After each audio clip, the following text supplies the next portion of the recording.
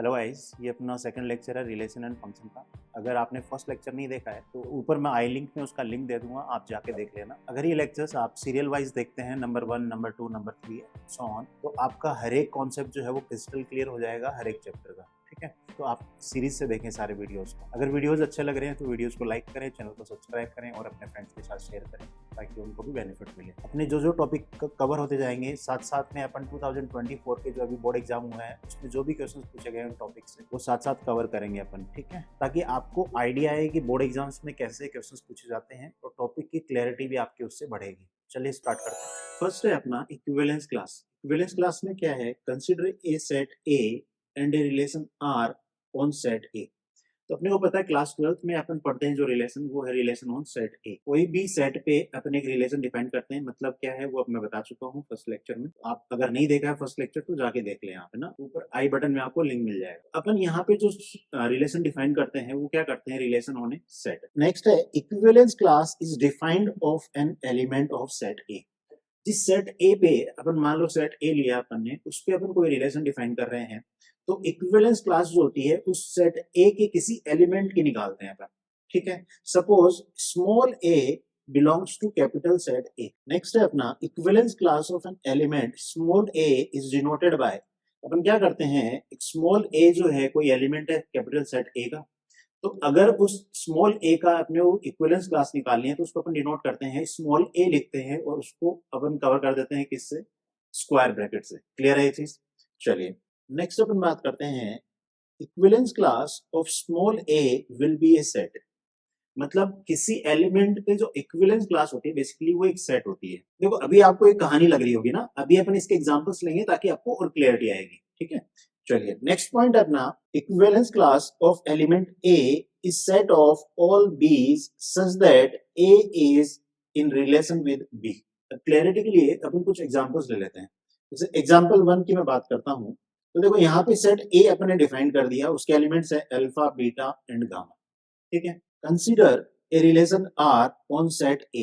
Next अपने को एक रिलेशन दिया हुआ है, अल्फा जो है वो बीटा के साथ रिलेशन में है, अल्फा गामा के साथ रिलेशन में है, बीटा अल्फा से रिलेटेड है, गामा अल्फा से रिलेटेड है, गामा बीटा से रिलेटेड है और गामा गामा से रिलेटेड है। ठीक है, अब ये बोल रहा है कि अल्फा की इक्विवेलेंस क्लास बताओ। तो देखो इस पॉइंट पे आओ अपने, इसमें मैंने क्या बोला था कि एलिमेंट ए जो है उसकी इक्विवेलेंस क्लास जो होती है वो एक सेट होता है, और सेट किसका होता है, उन बीज का जो बी क्या है, ए से रिलेटेड है। अब नीचे देखो अल्फा किससे रिलेटेड है, बीटा से रिलेटेड है, अल्फा गामा से रिलेटेड है और किसी से रिलेटेड है क्या, नहीं। तो मुझे बताओ इक्विवेलेंस क्लास ऑफ अल्फा जो होगी वो एक सेट होगा, और किसका सेट होगा, जो अल्फा जिस जिस एलिमेंट से रिलेटेड है। पहला तो वो बीटा से रिलेटेड है और नेक्स्ट वो गामा से रिलेटेड है, तो ये इसकी इक्विवेलेंस क्लास होगी। क्लियर है। नेक्स्ट पूछ रहा है अपने से कि बीटा जो है उसका अपने को इक्विवेलेंस क्लास बतानी है। तो मुझे बताओ बीटा किसके साथ रिलेशन में है, वो अल्फा के साथ रिलेशन में, और किसी के साथ रिलेशन में नहीं है ना। तो यहाँ पे जो होगा वो सेट बन जाएगा सिंगलटन सेट, और वो आ जाएगा अल्फा का। ठीक है, एलिमेंट क्या होगा उसका, अल्फा। नेक्स्ट पूछ रहा है गामा की इक्विवेलेंस क्लास क्या होगी। तो ध्यान से देखो गामा तीनों से रिलेटेड है, अल्फा से भी रिलेटेड है, बीटा से भी रिलेटेड और गामा से भी रिलेटेड है। क्लियर है बात। तो यहाँ से आ जाएगा अपना अल्फा, बीटा एंड गामा। एकदम क्लियर है ना ये बात। नेक्स्ट अपन एग्जांपल नंबर 2 कर लेते हैं।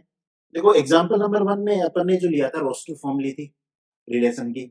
दूसरा जो अपन एग्जांपल नंबर 2 में बात करेंगे, यहाँ पे अपन विजुअल फॉर्म ले रहे हैं। ठीक है, इसमें पूछ रहा है कि इक्विवेलेंस क्लास ऑफ 1 बताओ। तो देखो 1 किस किस से रिलेटेड है, 2 से रिलेटेड है, 3 से रिलेटेड और 4 से रिलेटेड। तो यहाँ पे क्या हो जाएगा, इक्विवेलेंस क्लास ऑफ 1 वो हो जाएगा सेट ऑफ 2, 3, 4। क्लियर है बात। इसी तरीके से पूछ रहा है इक्विवेलेंस क्लास ऑफ 2, तो हो जाएगा सेट ऑफ 2 किस किस से रिलेटेड है, देखो 3 से और 4 से, तो हो जाएगा 3, 3। क्लियर है बात। चलिए आगे बढ़ते हैं। नेक्स्ट अपन एक क्वेश्चन ले लेते हैं, 2024 में बोर्ड एग्जाम में आया था 5 मार्क्स। क्वेश्चन जो है वो बोल रहा है a relation R on set A is set of all x such that x is greater than equals to -10 and less than 10, x belongs to z, z क्या है यहाँ पे, इंटीजर्स। क्लियर है। इज डिफाइंड एज, जो relation को बोल रहा है, रिलेशन r जो है set of all x and y such that x minus y is divisible by 5. Show that r is an equivalence relation. Also write the equivalence class of 5। ठीक है, अब अपने को पता है कि इक्विवेलेंस रिलेशंस कौन से होते हैं, अपन ने लेक्चर 1 में बहुत अच्छे से कवर किए थे। ऐसे रिलेशन जो रिफ्लेक्सिव हो, सिमेट्रिक हो और ट्रांजिटिव हो, तीनों होने चाहिए, तो अपन उसको क्या बोलते हैं, इक्विवेलेंस रिलेशन। क्लियर है भाई? चलिए इसके सॉल्यूशन पे बढ़ते हैं अपन। फर्स्ट अपन बात कर लेते हैं फॉर रिफ्लेक्सिव रिलेशन। अपने को पता है for reflexive relation A comma A should belongs to relation R. अब मुझे बताओ, रिलेशन दिया हुआ है एक्स और वाई के बीच में, और x माइनस वाई जो है वो 5 से डिविजिबल होना चाहिए। अब यहाँ पे अपना a x जो है वो भी a है और y भी क्या है, a है। तो अपना मुझे बताओ a माइनस a जो कि है 0, एंड अपने को पता है इज डिविजिबल बाय 0 जो है अपना वो डिविजिबल बाय 5 होता है, hence it is reflexive relation. Clear है बात? चलिए सेकंड अपन बात कर लेते हैं for symmetric relation.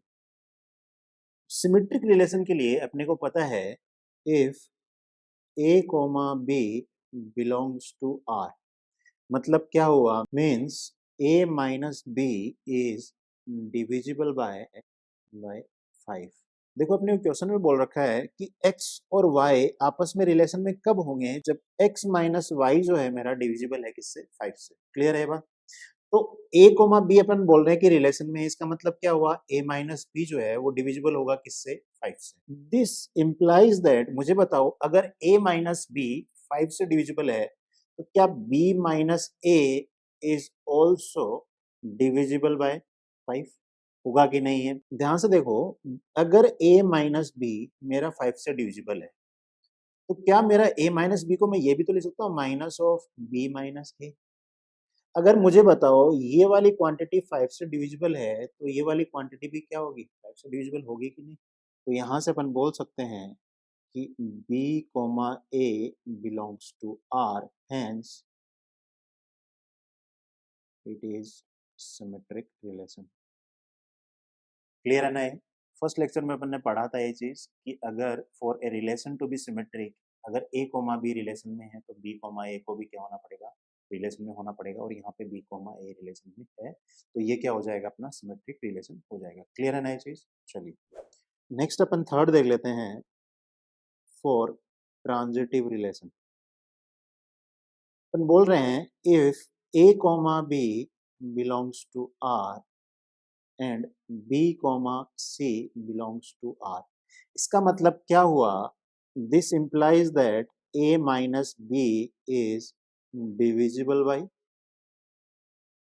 Bye 5, and अपने को ये भी पता है b और c भी रिलेशन में, इसका मतलब क्या है, b minus c is divisible by 5। अब मुझे बताओ, अगर मैं बात करूं a माइनस b प्लस कर दूं दोनों को मैं, प्लस b माइनस c कर दूं। अब देखो अपने बताया कि ये 5 से डिविजिबल है और ये भी 5 से डिविजिबल है, तो दोनों का सम भी क्या होगा, 5 से डिविजिबल होगा। तो यहां से देखो मेरा b कट हो जाएगा, तो ये आ जाएगा मेरा a minus C is also divisible by 5। तो यहां से अपन बोल सकते हैं कि a कोमा सी जो है अपना, वो भी बिलोंग करेगा रिलेशन आर से। तो ध्यान से देखो, अपन ने पढ़ा है कि अगर a कोमा बी रिलेशन में है, b कोमा सी रिलेशन में है, तो ट्रांजिटिव में उस रिलेशन को होने के लिए a कोमा सी को भी रिलेशन में होना पड़ेगा, और वो यहाँ पे अपना आ रहा है रिलेशन में, hence it is transitive relation. तो यहाँ से अपन बोल सकते हैं, अगर इसको मैं फर्स्ट बोलता हूँ, इसको मैं सेकंड बोलता हूँ और इसको मैं थर्ड बोलता हूँ, तो अपन आंसर कर देंगे therefore from 1 2 and 3 given relation is equivalence relation. अब नेक्स्ट जो पार्ट था क्वेश्चन का, वो ये पूछा था कि also write the equivalence class of 5।